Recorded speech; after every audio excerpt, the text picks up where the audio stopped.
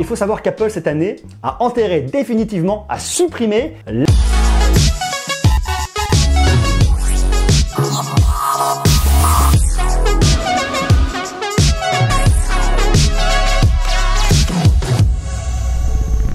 Aujourd'hui, c'est le grand jour. Ça y est, Apple a présenté enfin ses nouveaux iPhones pour cette année. Donc, je vais vous le développer d'ici quelques secondes, histoire qu'on comprenne vraiment, qu'on voit un petit peu quels sont les produits, ce qu'on peut en faire. Voilà, on va faire un petit brief complet. Mais juste avant, je voulais vous montrer un truc cool. Parce que si vous êtes comme moi et que vous travaillez avec votre smartphone à côté de vous, il y a un accessoire qui peut être vraiment hyper pratique, qui vous permet de vous faciliter un peu la vie. C'est marqué là, Make It Easy.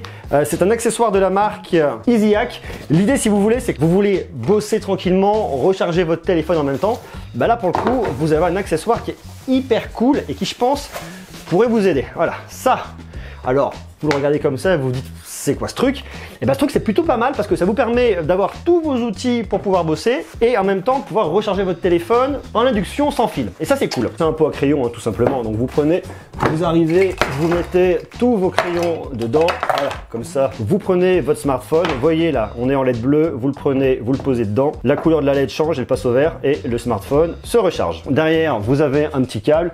C'est de l'USB. Vous mettez un adaptateur. Ça marche très bien. C'est cool. Ça vous permet d'avoir un petit accessoire de bureau avec vos crayons, vos trucs, vous rechargez votre smartphone. C'est plutôt cool. Si ça vous intéresse, je vous mets tous les liens dans la description. Deuxième accessoire un peu plus épais, c'est une batterie de 5000 mAh. Vous avez le bouton là pour checker le niveau de batterie, pour l'allumer, pour l'éteindre.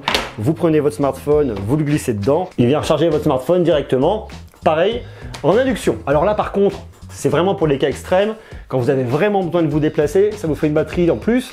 C'est une batterie de 5000 mAh, donc vous pouvez faire 2 charges avec. Je voulais partager ces produits parce qu'on voit que la recharge par induction, ça se développe de plus en plus, ça va continuer de se développer. Donc ça, c'est vraiment pour des besoins en termes de mobilité et pour de la bureautique, vous avez ce produit-là.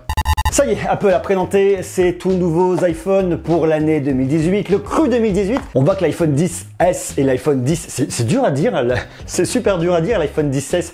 L'iPhone 10S et l'iPhone 10S Max sont des vraies évolutions de l'iPhone 10. Il y a plusieurs points positifs. C'est une évolution, il n'y a rien de bien qui change au niveau du design, si ce n'est la taille. Pour le 10S Max, c'est plus facile à dire, 10S Max en américain, mais 10S Max, c'est chaud à dire. Il y a une évolution certaine, on reste néanmoins sur le même aspect, le même look. Je dirais que la surprise vient surtout de l'iPhone 10R, le modèle d'entrée de gamme, low cost pour Apple. Tout ça, on va le détailler. On va regarder au final ce qu'apportent ces nouveaux iPhones, quelles sont les nouveautés, quelles sont les choses attendues, qu'est-ce qu'on peut faire de mieux avec, en quoi ils sont plus cool et au final, est-ce qu'il faut les acheter? Oui, non, est-ce que ça vaut le coup, ça vaut pas le coup? Voilà tout ça.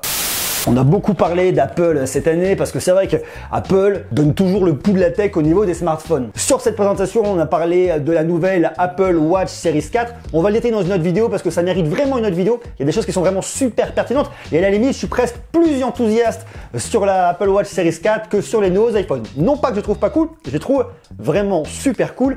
Mais bon, on en reparlera. Donc restez connectés et abonnez-vous. Première nouveauté au niveau de l'iPhone 10S, c'est une certification IP68. Jusque-là, on avait des certifications IP67. Ça va un peu plus loin. Je dirais qu'Apple là-dessus se met au niveau par rapport aux autres. L'iPhone 10S et l'iPhone 10S Max ont tous les deux des certifications IP68. L'iPhone 10R, quant à lui, a une certification IP67. Du côté de l'iPhone 10S, j'ai mes notes, hein. Excusez-moi si je lis un petit peu parce que j'ai pas eu le temps de tout apprendre par cœur. La présentation vient de se terminer, donc je vous le fais à chaud directement. L'iPhone 10S a un écran OLED de 5,8 pouces. Là, il n'y a pas de changement par rapport au OLED de l'année dernière. On a une définition de 2436 par 1125 pixels. 2,7 millions de pixels et 458 pixels par pouce. Du côté de l'iPhone XS Max, j'y arriverai pas, hein, écran OLED de 6,5 pouces, une définition de 2688 par 1242 pixels, 3,3 millions de pixels et 458 pixels par pouce. Voilà messieurs dames. Du côté de l'iPhone 10R, vous avez un écran de 6,1 pouces, c'est un écran LCD. Ils appellent ça le Liquid Retina Display. Il a une définition de 1792 par 828 pixels, 1,4 million de couleurs et 326 pixels par pouce. Au niveau des deux modèles les plus haut de gamme, vous avez du HDR10, vous avez du Dolby Vision, vous avez une qualité d'écran, en tout cas sur le papier, qui a l'air d'être vraiment au top, comme Apple sait le faire avec une vraie maîtrise de ce côté-là. Il nous annonce des images 60% plus dynamiques par rapport à l'iPhone 10 de l'année dernière. Vous avez toujours le True Tone, le toucher 3D. Le toucher 3D, vous l'avez pas sur le 10R. C'est normal, c'est un des modèles, c'est le modèle le moins cher, ils vont pas mettre toute leur techno dessus, néanmoins, vous avez quand même un toucher haptique sur le dessus. Sur tous les modèles, vous avez Face ID, toujours plus rapide, toujours plus sécurisé. Derrière, il y a la nouvelle puce A12 Bionic gravée en 7 nanomètres, avec pas moins de 6,9 milliards de transistors. Je vais vous passer les données techniques, ce qu'il faut savoir c'est qu'il est quand même beaucoup plus rapide que la puce A11 Fusion et il vous permettra de faire des économies d'énergie, une batterie qui consommera donc beaucoup moins avec beaucoup plus de performance. Du coup, des applications qui vont se lancer beaucoup plus rapidement, un smartphone beaucoup plus rapide, beaucoup plus intelligent. Grosso modo, c'est ce qu'il faut retenir. Point intéressant sur les deux modèles le plus haut de gamme, vous avez du son stéréo, donc un son qui va être beaucoup plus spatialisé lorsque vous allez regarder des vidéos, Netflix, YouTube, ce que vous voulez, lorsque vous allez jouer à des jeux, il y aura une sensation un petit peu plus d'immersion. Ils mettent en avant le machine learning grâce à la puce A12 Bionic. Ça permettra donc à votre iPhone de mieux comprendre ce que vous allez faire, d'anticiper vos besoins, d'aller toujours plus vite, de savoir à quel moment vous allez ouvrir une application pour que tout soit beaucoup plus rapide, beaucoup plus fluide et d'avoir une meilleure expérience utilisateur. Qui dit plus de puissance, dit des jeux plus performants, dit de la réalité augmentée beaucoup plus sympa. Pour l'instant, ils sont vraiment pas placés sur la réalité virtuelle, vraiment sur la réalité augmentée. Ils nous montrent des applications avec des jeux qui ont l'air vraiment cool en réalité augmentée. Du point de vue des caméras, il faut savoir que sur les deux modèles les plus haut de gamme, vous avez un double module caméra à l'arrière. Sur l'iPhone 10R, vous avez un seul module caméra à l'arrière. Question de coût oblige forcément. Sur les deux modèles les plus haut de gamme, vous avez toujours un double capteur photo, 12 mégapixels grand angle, 12 mégapixels téléobjectif. Les deux ont une stabilisation optique. Le téléobjectif vous permettra d'avoir un zoom optique x2 et un zoom numérique x10. Sur le grand angle, vous avez une ouverture de f1.8, donc des photos lumineuses. Sur le téléobjectif, une ouverture de f2.4.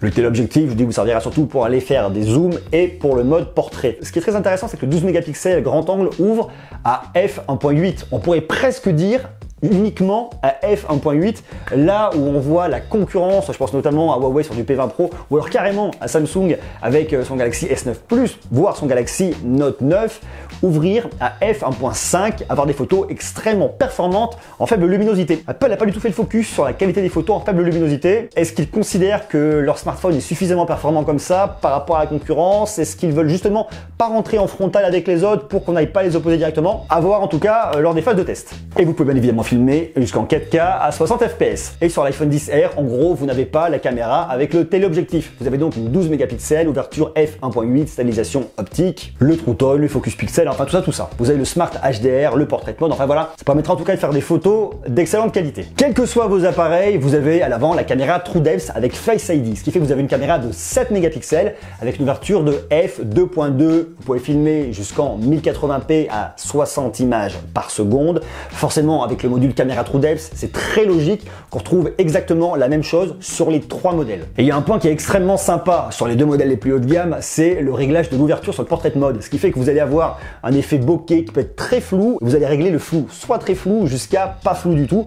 Vous choisissez ce que vous voulez en fonction des cas, ça peut être vraiment sympa. Et ça, c'est une nouvelle fonctionnalité qui est implémentée dans ces deux nouveaux iPhones haut de gamme. En termes d'autonomie, Apple n'aime pas du tout communiquer sur les chiffres, hein. Vous l'avez vu sur les spécifications techniques, ils n'aiment pas trop parler de tout ça. En tout cas, ce qu'on retient au niveau de l'autonomie, c'est que l'iPhone 10S aura 30 minutes de batterie en plus par rapport à l'iPhone 10 de l'année dernière. Et l'iPhone 10S Max, 1h30 de batterie en plus. Et du côté de l'iPhone 10R, on a une comparaison qui est faite avec l'iPhone 8 avec 1h30 de batterie en plus par rapport à l'iPhone 8. Ça leur permet un petit peu de comparer les gammes. En gros, l'iPhone 10R est une évolution de l'iPhone 8 qui en gros prend le look de l'iPhone 10 mais reste sur un écran LCD comme l'iPhone 8. C'est une espèce de mélange. Tout ça pour dire, on garde un petit peu le côté technique de nos anciens iPhones mais on a le look de nos nouveaux iPhones. Voilà, à vous de choisir après.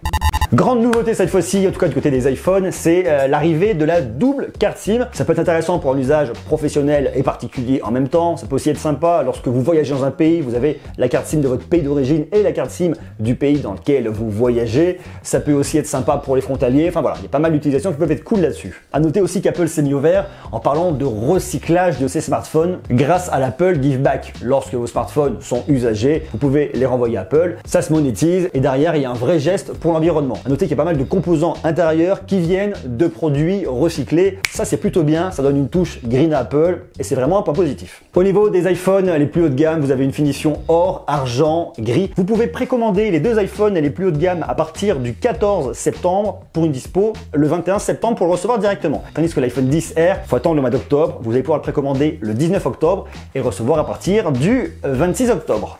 Bon, tout ça c'est bien beau et maintenant, qu'en est-il du prix? L'iPhone XS. En 64 Go, il vous coûtera 1159 €. En 256 Go, 1329 €. En 512 Go, 1559 €. Et pour avoir les modèles max, il faut rajouter 100 € de plus. Sur le modèle 64, 1259, 256, 1429 et 512, 1659 €. Quasiment 1700 €. C'est énorme. Alors on arrive maintenant sur le modèle XR. Le modèle XR est dispo en 6 couleurs. Blanc, noir, bleu, jaune, corail. Et le modèle Red, vous savez le modèle Red, tous les ans Apple sort un modèle Red pour la lutte contre le sida. Cette fois-ci on le retrouve directement là. Plutôt cool parce que c'est un modèle qui est vraiment très joli. En tout cas moi c'est ma couleur préférée. En 64 Go il vous coûtera 859 €. C'est tout de suite beaucoup plus raisonnable. En 128 Go 919 et en 256 Go on passe les 1000 € à 1029 €. Voilà un petit peu ce qui se passe. Alors il faut savoir qu'Apple cette année a enterré définitivement, a supprimé l'adaptateur port Lightning Jack. Donc sur le nouveau iPhone, vous avez soit la possibilité d'acheter à part le port Lightning Jack, soit d'acheter un casque Bluetooth pour vous mettre à la page, je suppose. Voilà. En tout cas, c'est une stratégie intéressante pour Apple. J'en ai déjà parlé dans une précédente vidéo. Ça permet à Apple de gagner en coût de production, de réduire un petit peu le coût directement dans ses boîtes, de vendre des adaptateurs en plus, de vous le facturer. C'est une stratégie qui est plutôt très bien ficelée et très maligne. Il y a aussi un autre point qui est très intéressant, c'est que l'iPhone X a carrément disparu du site d'Apple. Vous avez maintenant dans la gamme des iPhones, vous avez l'iPhone 7, l'iPhone 8, l'iPhone 10S, l'iPhone 10S Max et l'iPhone 10R. L'iPhone 10 de l'année dernière n'existe plus, c'était l'iPhone anniversaire. Il a été remplacé par les nouveaux modèles, donc si vous voulez l'acheter, il va falloir le trouver ailleurs.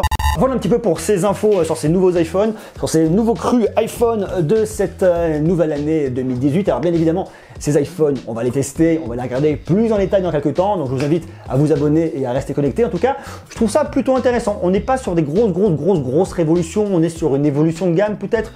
Comme vous savez, il y a beaucoup de marques, et notamment comme Apple, qui mettent des grosses révolutions une année sur deux. L'année dernière, il y avait vraiment le gros coup de fouet avec les 10 ans d'iPhone, avec l'arrivée de l'iPhone 10. Cette année, on a une évolution. On voit l'iPhone 10S. L'année prochaine, allez savoir ce qu'on va avoir. Est-ce qu'on va avoir un iPhone 11? Est-ce qu'on va avoir un iPhone 10 2019? Je sais pas. Voilà.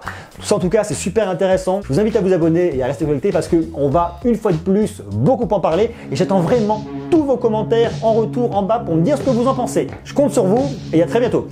Ciao!